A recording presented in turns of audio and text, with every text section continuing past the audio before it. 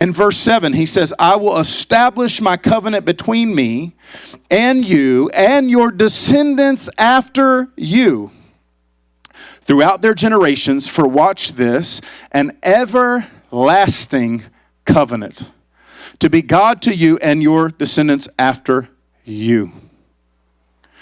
So, everlasting means what? It means lasting forever. Y'all can write that down if you want. I know that was deep. I know, it was profound. Okay? Lasting forever. Everlasting. I spoke on this in Kenya, but we talked about God's promise to Noah. When Noah, this is before Abram, by the way, when he came out of the ark, God said, I will establish my covenant between you and the people, and never again will I flood the earth.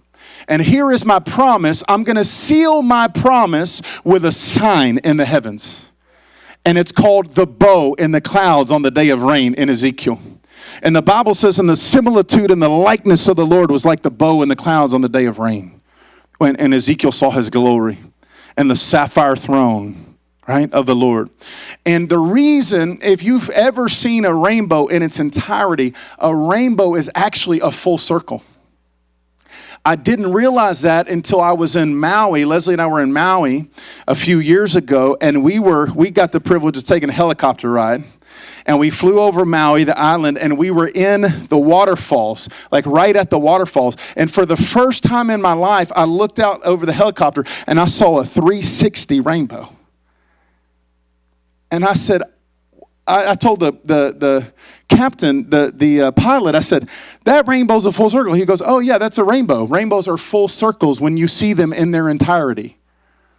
And that was the first time in my life I ever heard that or knew that, because we see pieces of rainbows usually, right? By the way, the Bible says God sits enthroned above the circle of the earth. So that circle of that rainbow is his promise over the earth. Why is it a circle? Why do we have a wedding ring that's a circle? Because it's unbroken. It represents eternity. It represents a covenant. That's a reason it is a perfect circle. It's a full circle because it's continuing. It's never ending. And that was God's promise. That was God's covenant to Noah. And then, of course, to Abram, he cut a covenant through blood. And the blood covenant is the strongest covenant that exists in the earth today.